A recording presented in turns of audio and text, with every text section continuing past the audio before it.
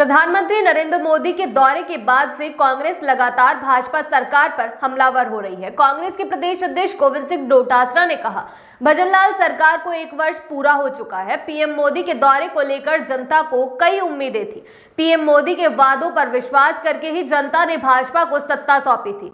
PM Modi के दौरे से पहले भाजपा नेता और मंत्री लगातार सौगातों का पिटारा खोलने की घोषणा का प्रचार कर रहे थे, लेकिन प्रधानमंत्री ने जनता को निराशा के अलावा कुछ नहीं दिया। गोविंद सिंह डोटासरा ने भाजपा सरकार और प्रधानमंत्री नरेंद्र मोदी पर तीखे सवाल भी खड़े किए। गोविंद सिंह डोटासरा ने कहा, पूर्वी राजस्थान नहर परियोजना को लेकर केंद्र सरकार लगातार जनता को गुमराह कर रही है। डोटासरा ने कहा, पीएम मोदी विधानसभा में जीती हुई सीटों की चर्चा कर रहे हैं। पीएम मोदी को लोकसभा में हारी हुई 11 सीटों के बारे में भी चर्चा करनी चाहिए। डोटासरा ने पीएम मोदी के दौरे पर प्रतिक्रिया देते हुए कहा कि पीकेसी ईआरसीपी तो बना दिया, लेकिन इसे राष्ट्रीय परियोजना की अनुमति नहीं दी।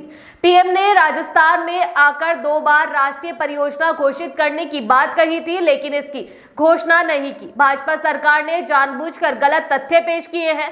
राजस्थान की जनता के साथ यह एक बड़ा धोखा है। कांग्रेस सरकार के कार्यकाल में इंदिरा गांधी नहर परियोजना और कुंभाराम नहर के जरिए पानी पहुंचाने का काम किया गया था, लेकिन भाजपा सरकार अब सिर्फ झूठे वादे कर रही है। डोटासरा ने यह भी कहा कि शेखावटी में नर्मदा का पानी पहुंचाने का वादा गलत तरीके से पेश किया गया है, क्योंकि यह पानी जालोर और बाड़मेर में पहुंच रहा है। पीएम मोदी के पेपर लीक पर दिए गए भाषण पर गोविंद सिंह डोटासरा ने पलटवार करते हुए कहा कि पीएम मोदी कह रहे हैं कि पहले पेपर लीक होते थे और अब पेपर लीक नहीं हो रहे हैं, लेकिन सच्चाई तो यह है कि भाजपा सरकार के शासन में पेपर हो ही नहीं रहे हैं। चतुर्थ श्रेणी के कर्मचारियों की भर्ती निकाली है, लेकिन इसमें भी अधिकतर पद संविदा पर है। डोटासरा ने कहा, पीएम मोदी उपचुनाव में सीट जीतने का जिक्र कर रहे हैं, लेकिन पीएम मोदी लोकसभा चुनाव में हारी गई 11 सीट का जिक्र तक नहीं करते।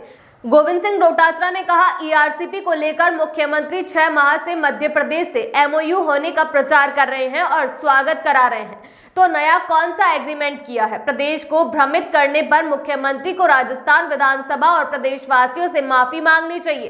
प्रदेश की जनता डबल इंजन की इस राजस्थान सरकार से प्रश्न कर रही है कि ईआरसीपी को पीकेसी तो कर दिया, लेकिन 90% केंद्र का अंशदान देकर राष्ट्रीय परियोजना घोषित क्यों नहीं किया? अगली बार आपसे फिर मुलाकात होगी, तब तक के लिए इजाजत, नमस्कार।